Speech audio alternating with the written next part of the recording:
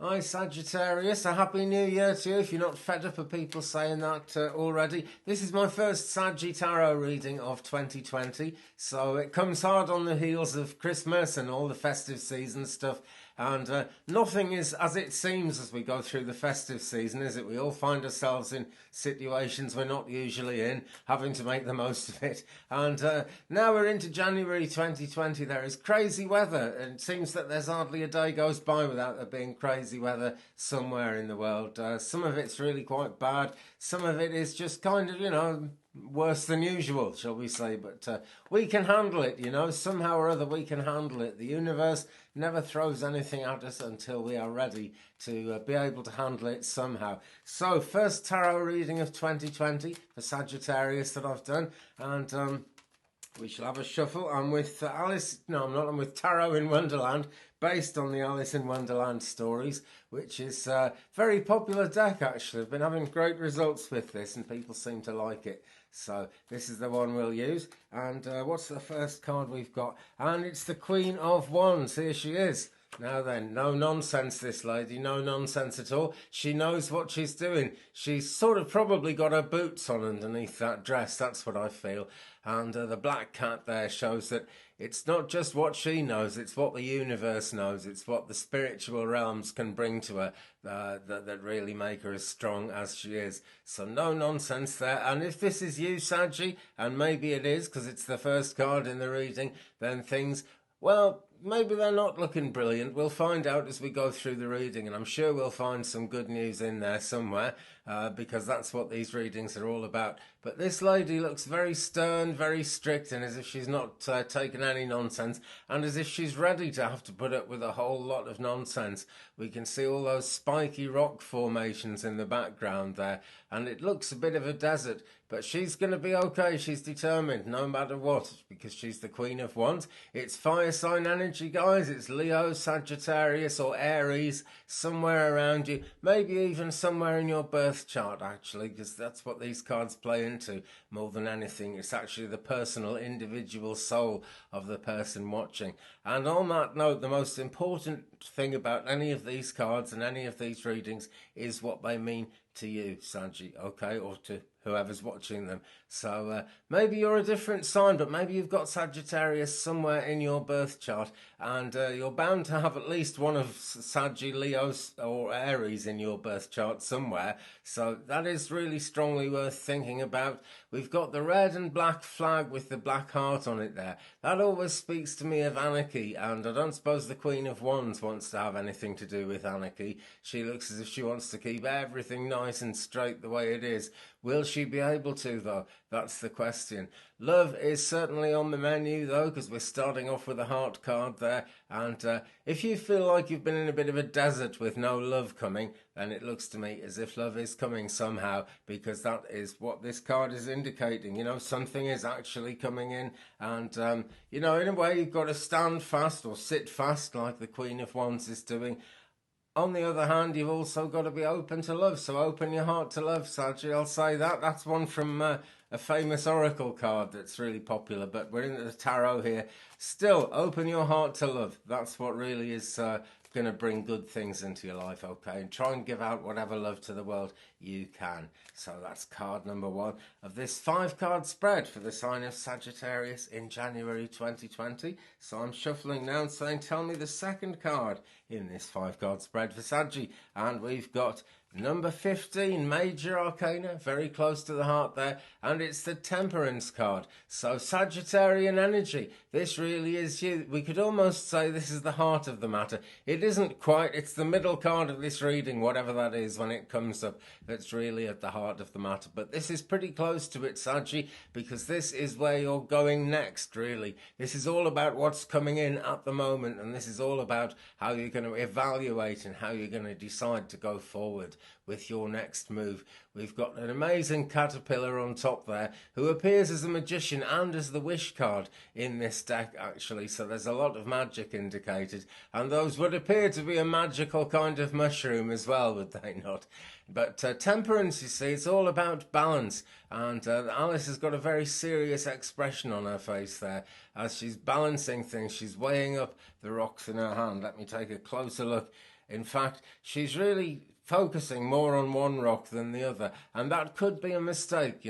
It's important to take everything into account. As we look at this scene from the outside, we can see this, but Alice on the inside there is just looking to the one side there. So do look all around you. That's going to be important, and be careful what you wish for, I guess, is part of this as well. But temperance is all about balance, and in the more traditional Rider-Waite card, someone is pouring a liquid diagonally, which cannot happen. So there's where the magic is really important. The other thing that jumps out at me from this card is the pink clothes that Alice is wearing, the pinky red of the mushrooms, and the beautiful pink sky in the background. Now, a red sky at night means one thing, a red sky in the morning means another thing, so we're not going to attach too much relevance to that in terms of making a hard and fast prediction here. But that is a very nice higher heart chakra pink colour that we're seeing there, and it is reflected all over the card, really. So this looks even more strongly about love coming in. It really does. It's number 14 in the major arcana, so it comes after we've been through death and everything to do with that. And so we really are getting our boots on and making the journey happen here, Saggy. That's the important thing about it. The other really important thing, and they both go together, of course, is balance, and finding balance is not an easy thing.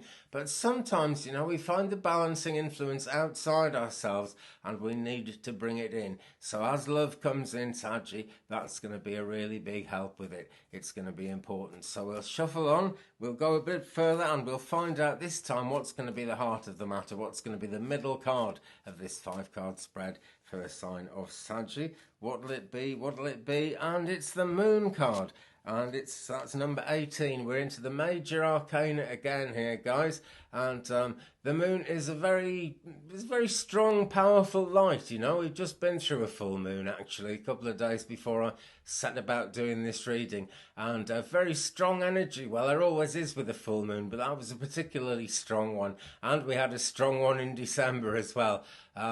And this is always a positive thing, because the light that comes from the moon, as false as it might be, is actually the light from the sun, which is reflecting off the surface of the moon. It's just that we have to wonder what is going on, because when we get this card, it means that we don't know all the facts, Someone is shedding light on our situation. Maybe we've even got our own light going on as we're figuring out what's happening and where we're going with things.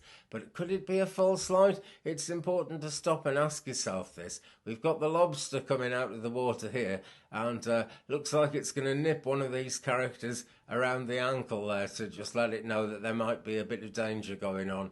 And how much could you trust a cartoon walrus? That's another thing I often ask myself when I see this card. Dogs are barking up at the moon, and that's always a real thing. It's always a fact of life thing. And in the mind of dogs, the moon is obviously a very important light. But have you ever seen a dog actually kind of benefit from anything to do with the moon? It's impossible to know, isn't it? Because, they're animals and they don't speak with human words. Maybe they get something from it, maybe they don't. But what we've got to think about, Saggy, is what do we actually get, not just from the moon, but out of the information that comes into our lives. Who's telling the truth? That's worth thinking about if you've got input from more than one friend on this. Or maybe, there are several different people who would like to be your lover. That's a nice position to be in when it happens. I remember that. It hasn't happened to me for a little while, but I do remember it. And it's a great position to be in. But it's so hard to decide, isn't it? And you just got to go with your gut, really. But listen to your gut, listen to your heart, and try and get things straight in your mind before you actually commit yourself to anything. Now, that's the heart of the matter, Saggy. That might actually be something that you're aware of at the moment. If not, it's something that is just about to come in. But it is very close, because it's the middle card of this 5-card spread. So that really does need some thought. We can't always see terribly well on a full moon, particularly the one we just had was penumbral lunar eclipse. That was the January full moon that came in just a few days ago.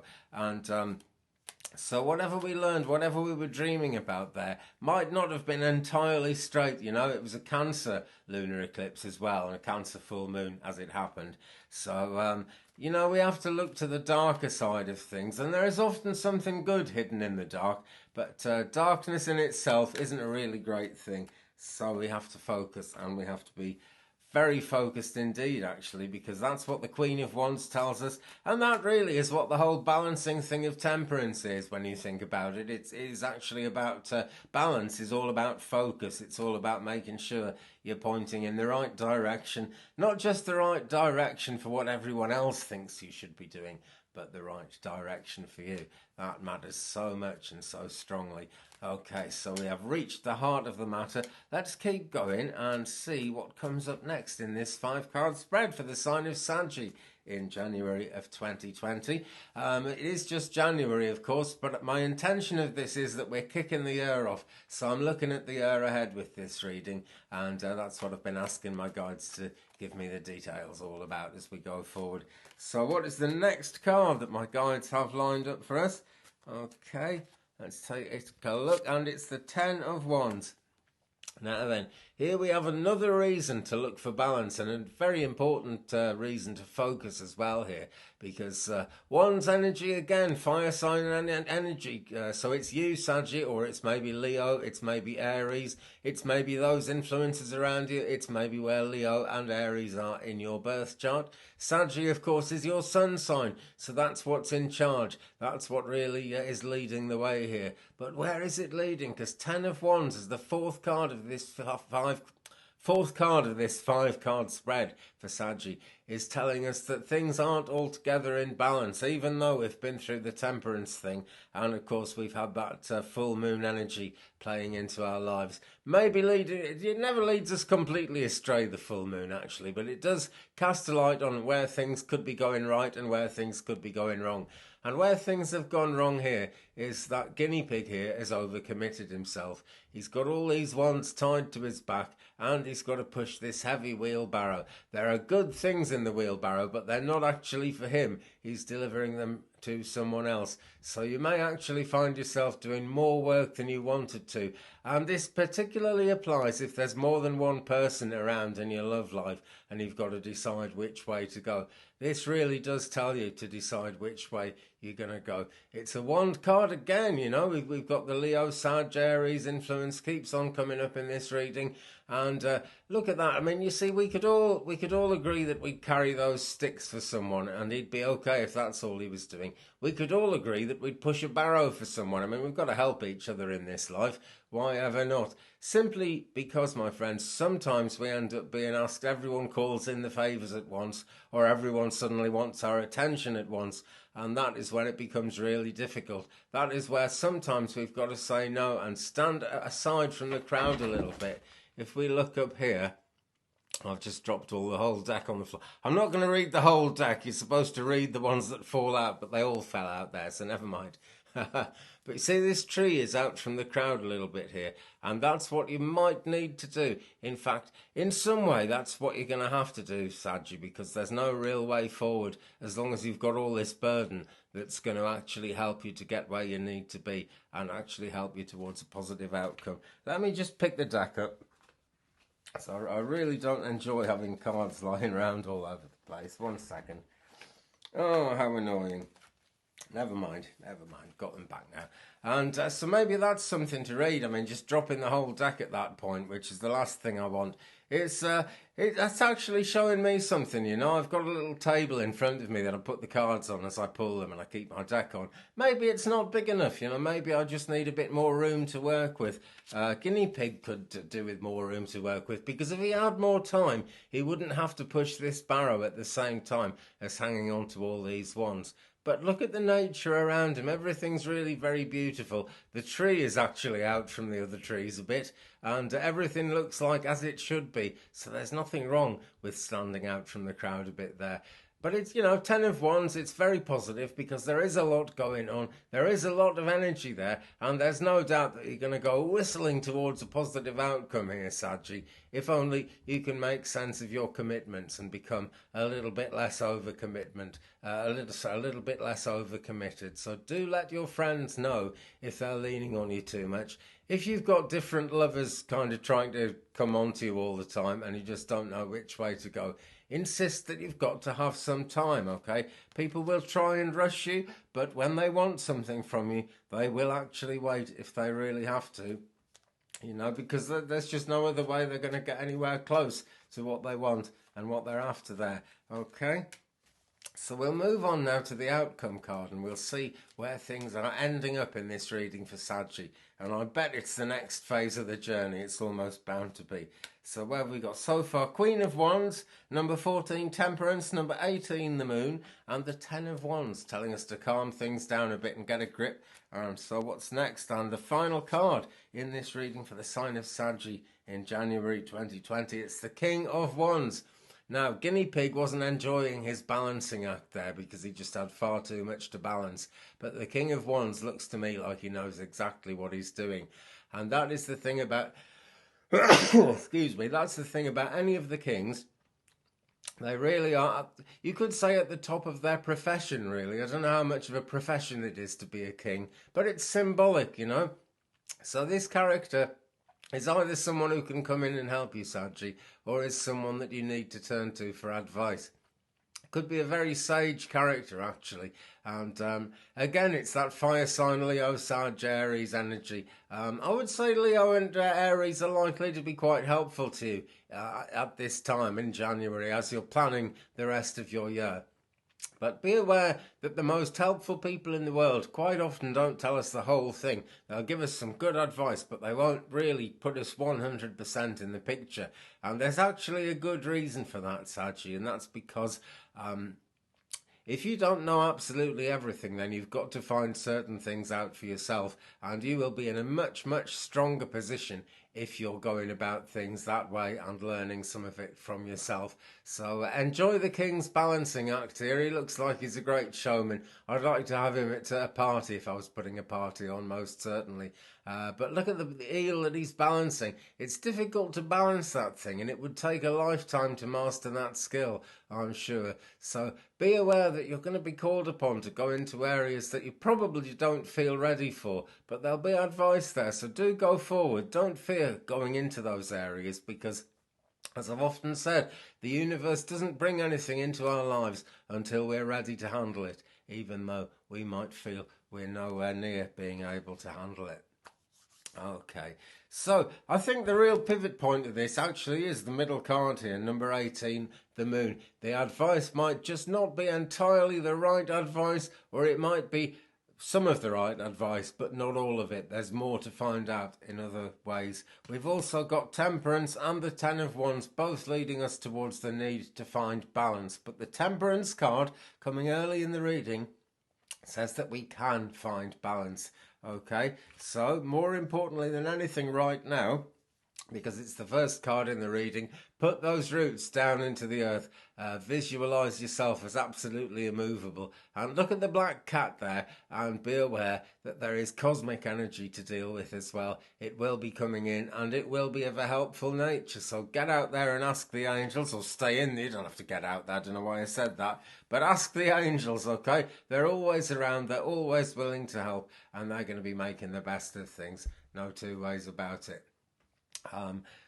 No two ways about the whole thing, really. I can see a common thread to this, and the key to it is temperance, you know. Just keep things in balance, not just any old balance, but keep things in a form of balance that suits you more than anything, Saggy. Okay, I'm going to leave it there. Thanks very much for watching. Do give me a thumbs up if you've enjoyed it, please. It'd be great to hear your comments about this reading. Just let me know what you think. Do you like this deck? We'll use a different deck next time. I have many decks, but all this month, I'm using Tarot in Wonderland, and pretty soon we'll come on to the next round of readings, because we're at Sagittarius now. We are getting through the zodiac. Capricorn, Aquarius and Pisces coming up later this week, so keep it real, keep it twig, brother. Share me around the internet if you can, and do subscribe, by the way, and thanks a lot if you have already subscribed. It makes a huge difference, but do subscribe. Tap that bell as well to receive all notifications. That's the way to go,